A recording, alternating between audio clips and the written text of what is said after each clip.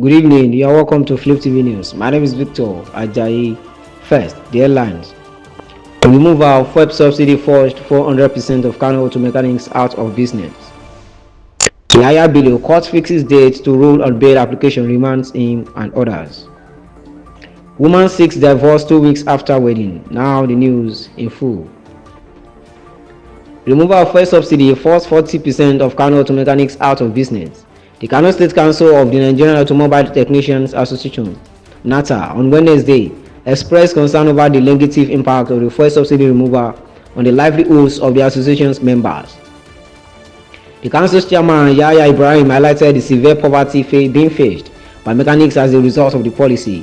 Ibrahim, according to a press statement issued by the Zonal Information Officer, Rabiu Kura, made the disclosure during a courtesy visit to the chairman of Rano local government area. 40% of mechanics in Kano are out of business due to the fuel subsidy removal, a situation that rapidly led to the declined patronage of motorists. Ibrahim revealed. He explained that low patronage from motorists who are struggling with the ongoing economic challenges has led to a significant decline in business. Ibrahim thereby called on the Kano State government to intervene and provide support to help mechanics stay afloat. The visit coincided with preparation for the NATA's upcoming local government council election. Earlier, the association secretary Sani Umar praised Governor Abba Yusuf for his commitment to establishing a mechanical village in Kano. In his remarks, the council chairman Mohammed Yahoo thanked them for the visit and prayed for a successful elections. Yahaya Bello court fixes dates to rule on bail application, remands him and others. Justice Marian Anendi of the Federal Capital Territory High Court has fixed December 10, 2024 for rulings on the bail application by the immediate past governor of Kogi State, Yahaya Bello, and 2 others, and remanded the defendants in the custody of the Economic and Financial Crimes Commission. She fixed the date after arguments by Bello's lawyer Joseph Bodunde Dauda, senior advocate of Nigeria, and the prosecution counsel Kemi Pinero, senior advocate of Nigeria. Bello and 2 others, Umar Shuaibu Oricha and Abdusalami Udu, who had on Wednesday pleaded not guilty to the 16-count charges brought against them by the EFCC. Bello, who is the first defendant, vehemently denied the allegations before Justice Aneli as they were ruled out by the court registrar. After taking their plea, the defendant's counsel moved on application for bail, but Pinero opposed the application, saying it had expired in October.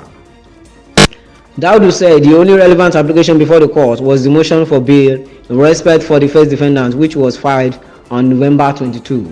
Relying on all paragraphs of the affidavit, he added that the bail application was also supported with a written address. Exhibit A, which is the public summons, is very vital, and the appearance of the defendant in court today shows he has respect for the law, he said.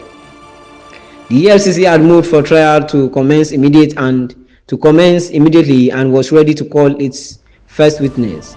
But Bello's counsel argued that they were served with the charge at 11 p.m. on November 26 and that he would need time to prepare his client.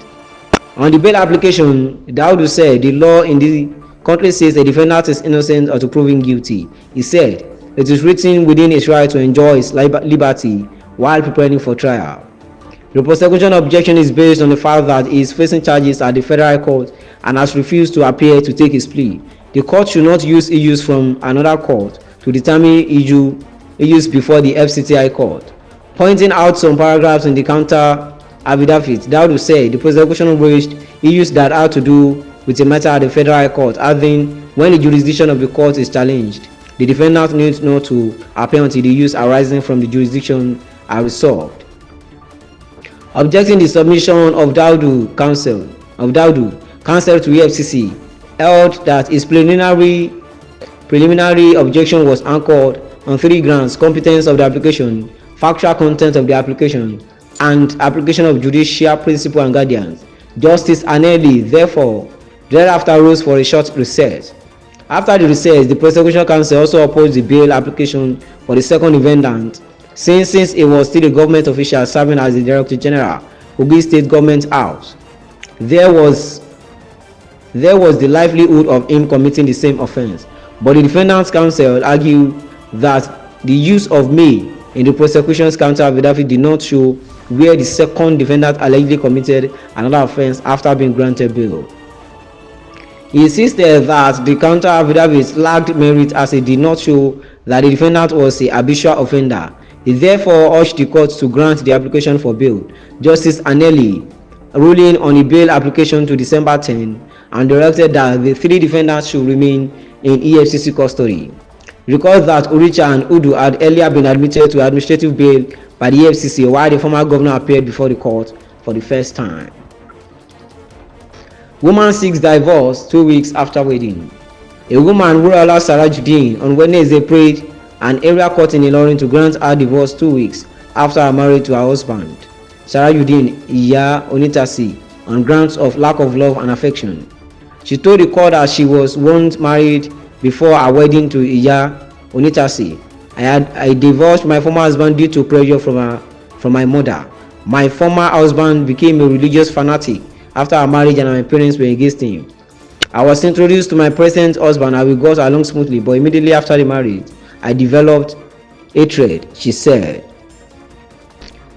That will be all on our news updates. Join us for more stories on our channels, Flip TV, Flip TV Plus. My name is Victor Ajayi.